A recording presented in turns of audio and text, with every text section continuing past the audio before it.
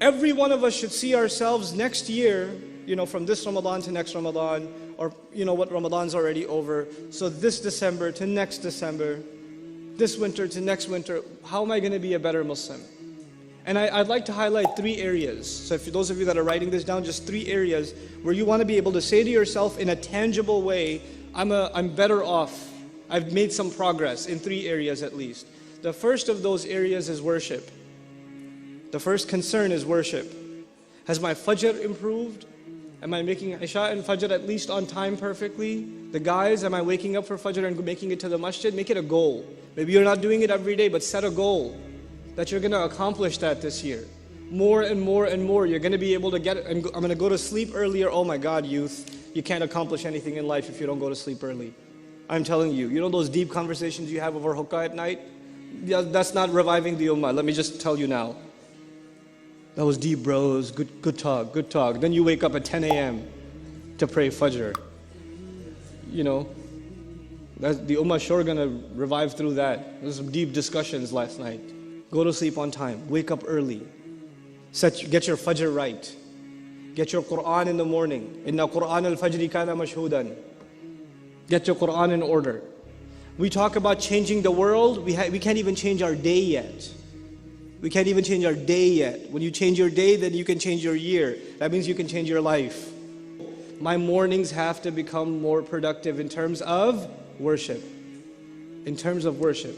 Part of worship I would include, especially those of you that are people of vision, your vision will come, your inspiration will come with the Quran. And the Quran has to be in your heart. You have to have a project of memorizing as much Quran as you can. As little at a time as possible. If you can handle more, take on more. But every day, Fajr and a little bit of memorization, a little bit of recitation, and that's what starts your day. And I can guarantee you, if you do that in your life, even if you do that this week once, if you do it once, you will notice the difference the rest of the day. You will notice that day has more barakah in it, you're getting more accomplished. The doors around you are opening, opportunities are coming, your mind is clearer. Creative ideas are coming to you. You'll see Allah brings those blessings to you, opens those doors that are otherwise closed. And how am I going to grow in my knowledge this year? I'm mentioning these things in priority. First thing was worship. The second thing is knowledge. And I don't mean become a alim and get a degree in Sharia. Those of you that want to do that, congratulations. I'm talking to everybody here. Not everybody here is going to be a mufti or a alim or whatever. But you have to be educated Muslims. You have to be, there needs to be some minimal level of education in your Islam. And my recommendation for you for that is that by the end of the year, the coming year, you've studied at least a couple of things. You've studied the seerah, the life of the Prophet ﷺ, once. And you should do it every year once. And actually you should read a different source on the seerah every year for the next few years and really study it.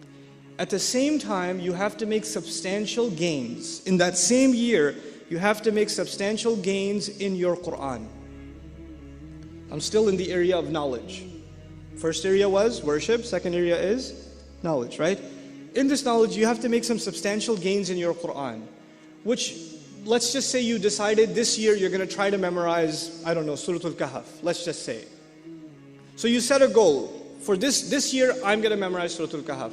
That means I'm going to memorize it, I'm going to study its tafsir, I'm going to read it in translation, I'm going to try to understand every word in its vocabulary. If there's a lecture series on Surah Al-Kahf, if there's a tafsir available on Surah Al-Kahf, if there's an article and paper on Surah Al-Kahf, I'm going to take it and I'm going to consume it. Now Allah says, now the human being will be informed. What did he make a priority out of? And what did he put on the back burner? That's the translation I'll prefer here.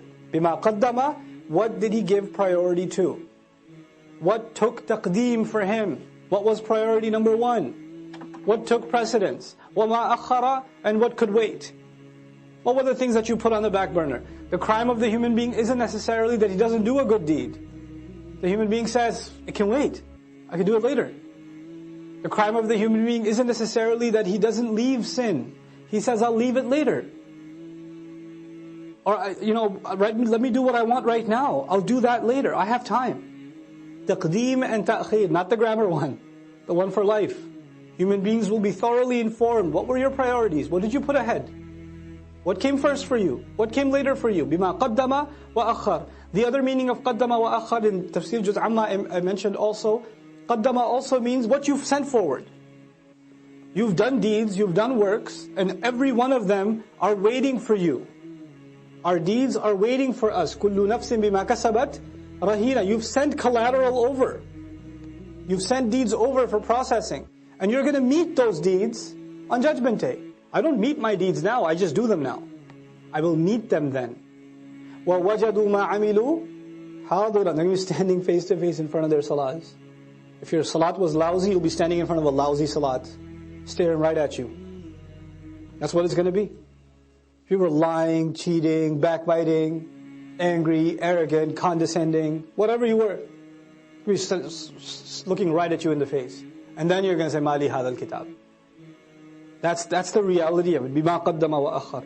What did he make a priority out of? What did he put on the back burner? This is one of those life-transforming ayat. The human being will be thoroughly informed. This was your priority. This is what you spent time on. This is what you did with your free time. This is what you thought can wait. You had all these dreams. I want to memorize the Qur'an. What did you do for it? How many seasons of how many TV shows did you watch instead? That was a priority for you. What you wanted to memorize? Oh, but it can wait though. Inshallah, one day when my heart is purified, then I shall start. You know? بِمَا قَدَّمَ وَأَخَرَ بَلِ الْإِنسَانِ. No. Yes, on that day the human being will be given thorough news, but it's not like the human being's blind now. Rather the case is that the human being, عَلَى نَفْسِهِ, against his own self, basira, is fully insightful. There is one person that knows so much about you, and nobody else knows about you. And besides Allah, and that's you. You have an insight into who you are, what your flaws are, what your limitations are, what your capabilities are, what your strengths are, what your weaknesses are, what opportunities you avail, what opportunities you get lazy about. You know that about yourself more than anybody else. And you and I decide to lie to ourselves. We just decide we're not going to have an honest conversation with ourselves, and about ourselves with Allah. We don't want to have that honest conversation. For some people, all they want at the end of their life, what is success to them? Maybe I'll own a house. That's success for them. Maybe if I have this much money, that means I have success. Maybe if I got married to this one or that one, maybe that means I have success. But I go back to what I started with. There are some people who are happy with doing just the minimum. Just the minimum. But I am here to tell you, the young people in the audience today, Allah has blessed you, and I am telling you, He expects great things from you. He does not expect the minimum from you. There are so many Muslims, the only thing left of Islam is their name. That's the only thing left. They don't care about salat, they don't care about halal and haram. They're far from this deen. What can I do to further this deen? What can I do I shouldn't just be happy that so many people come and attend Jumu'ah. Does that mean everybody's heart is clean? Does that mean that we don't need any more reminder? Is that what that means? Or are there evils in our society? Are there youth that are turning towards drugs? Are there young people that are just living their life for no purpose? All they do is play video games and watch movies and go to sleep. And if you ask them for a purpose, they say, I want to graduate and get a job. Is that a goal? Get a job? Allah gave us such higher goals. Your job itself is a means to a higher end. But you know what? We are living in strange times. The people who need the da'wah the most today are the Muslims themselves. But even if you get a good job, but you don't do your job. You got the job, but you show up late every day.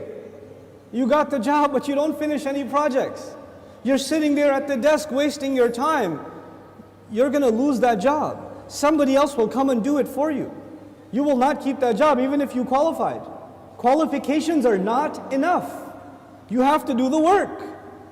Allah Azza wa Jal is giving all of us, He's already qualified us. We are people of La ilaha illallah. We are already qualified. But that doesn't mean we're doing the work. If we don't do the work, if we don't concern ourselves, if we don't care, then you know what's going to happen. إِن تَتَوَلَّوْا يَسْتَبْدِلْ قَوْمًا غَيْرَكُمْ ثُمَّ لَا يَكُونُوا أَمْثَالَكُمْ. You turn away and Allah will replace you with a nation other than yourselves, and they will not be like you. They will not be lazy like you. And those are when young Muslim people have real iman, when young Muslims have real strength in their belief, then they have the power to change the world. They have the power to make the world a better place. But when young Muslim people don't have real iman, they don't have real conviction, then they are a waste of space. They are a waste of society, a waste of a generation. The only thing in their life, the most important thing in their life is when is the next movie coming out. The most important thing is when is the next iPhone coming out. The next most important thing is, man, I wish I had that car. That's it. Your life doesn't go any further than that. My teacher used to say that Islam is similar to climbing a mountain. You know, when you're climbing a mountain, you throw a hook and you climb.